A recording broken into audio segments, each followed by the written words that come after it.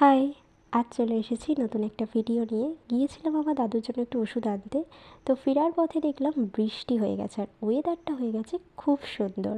তখনই আমি ভেবে নিয়েছিলাম বাড়িতে এসে তো এটা বানিয়ে আমি খাবোই। অনেক দিন ধরে আমি ভাবছিলাম দই ফুচকা বানাবো, কিন্তু এই যে ফুচকা পাঁপড়গুলো না আমি পাচ্ছিলাম না, আমাদের এখানে দোকানে পাওয়া যায়, তো পাওয়া যাচ্ছিল না। তো একজন কাকু আসেন বিক্রি করতে, তো ওনার থেকে নিয়ে রেখেছিল দিদা।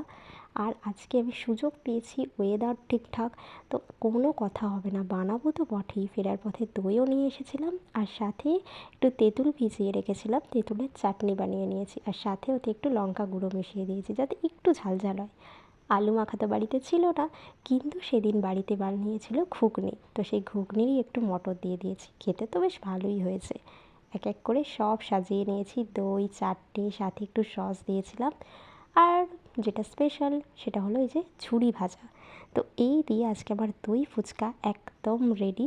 তো ভেবেছিলাম একটু জল ফুচকাও বানাবো, কিন্তু সময়ের অভাবে আর সেটা হয়নি। শুধু এই দই ফুচকা খেয়েই মন ভরে গেল। আজকের মতো টাটা।